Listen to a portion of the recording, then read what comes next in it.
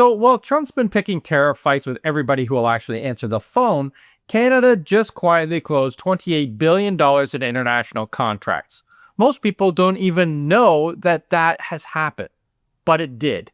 And these aren't small potato deals either. We're talking nuclear power plants in the UK, fighter jet-sized aircraft contracts in Asia, uranium supply in India. These are the kinds of contracts American companies used to win by default. Now, they're not even in the room. Canada is. And now Ottawa has created a new strategic exports office to make those wins less accidental and far more systematic. Its entire purpose is to put Canadian companies in the room, bring diplomatic and financial backing with them, and help close major contracts around the world. So today, we're showing you what those deals are, why Canada is winning them and the US is losing them, as well as the new government office Ottawa just built to make sure that this keeps happening.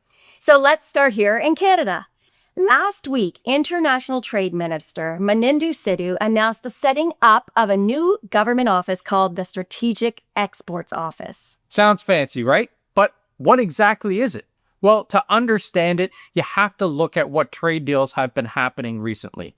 The government's own numbers say Canadian trade efforts have already helped support over $28 billion in international sales. Seeing the success of all of those deals, they set up this office to take that success and turn it into a repeatable machine. So think of it like this. Canada's been winning one-off deals for a while now. This office is Ottawa finally building the infrastructure to make winning the normal outcome instead of the surprise.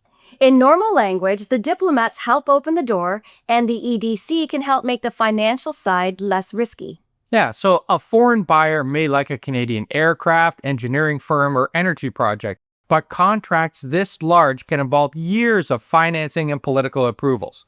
The EDC can ensure parts of the transaction, guarantee financing, or help the buyer arrange the money needed to purchase Canadian goods.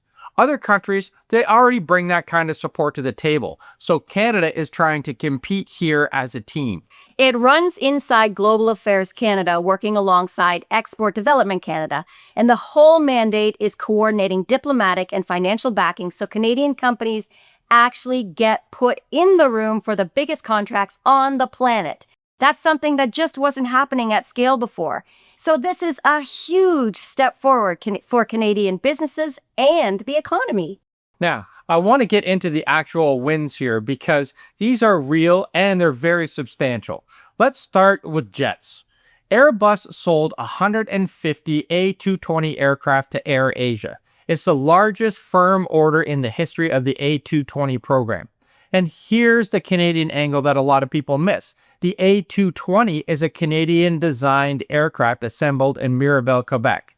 It's a huge vote of confidence in a Canadian production line and the supply chain around it. The federal government says the order will support thousands of Canadian aerospace jobs for years. Every one of those jets means real ongoing manufacturing work staying right here in Canada. And we've flown AirAsia and it rocks. Then there's the Cameco's uranium agreement with India. Cameco will supply nearly 22 million pounds of uranium between 2027 and 2035 under a contract valued at roughly 2.6 billion Canadian dollars. Nuclear energy demand is exploding right now, and Canada just became one of India's, the largest country by population, by the way, India's answer to where the fuel comes from. The nuclear story continues here, but this time in the UK. Montreal-based AtkinsRéalis signed a new 5-year framework agreement to continue its civil works role at Sizewell C, the planned 3.2 gigawatt nuclear station in southern England. The entire project is worth roughly 70 billion Canadian dollars. There's another Canadian win. That's a lot of billions going around. Nuclear engineering in the UK. Aircraft manufacturing in Quebec feeding an Asian airline, uranium going to India, add on the radar system with Australia, all of the deals that have closed with the European Union, NATO, like Norway and Germany.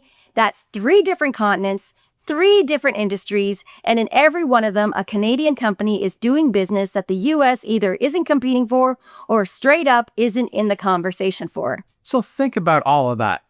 Billions of dollars of contracts that used to go to the US now are going to Canadian companies. And this is just more proof that other countries know that they have options now, and they're choosing to do more business with Canada while the US is busy picking fights and doing whatever all around the world, starting wars. So the USA is so locked into the tariff fight and all its other fights going on that they haven't even clocked Canada quietly building international market share this whole time. Canada for the win again! And that's really the story underneath the story. Trump's entire trade approach has been built on the idea that everybody needs America more than America needs them. Well, every one of these deals says otherwise. The UK didn't have to keep AtkinsRéalis on Sizewell C. India didn't have to pick Cameco. But they kept choosing Canada because Canada shows up. We're reliable. Canada shows up without threats attached. And Canada doesn't blow up the relationship every time the wind changes direction. That consistency is worth actual money on contracts of this size. The contrast here, it's so hard to miss. One approach says, you need us, so accept our terms. The other says, here's what we can build together, and here's support needed to make it work. Which one would you prefer to work with? Well, countries are answering that question with a resounding, I'll take Canada, please. And I don't blame them. And here's why we're covering this today instead of letting it slide by. The Strategic Exports Office is more than just a passing announcement. It's already staffed, it's funded, and its entire job going forward is making sure that this becomes routine instead of just accidental. Yeah, this is Canada shifting from playing defense on trade, which is what we covered for the past few months about the trade deals and the bond market shift and all that kind of stuff, to actually playing offense, going out and building relationships that pull businesses towards Canada on purpose. That's a huge shift. Defense protects what you have. We've all been doing the elbows up, but offense goes and gets more. And Carney's government just built a permanent machine to keep doing that second one.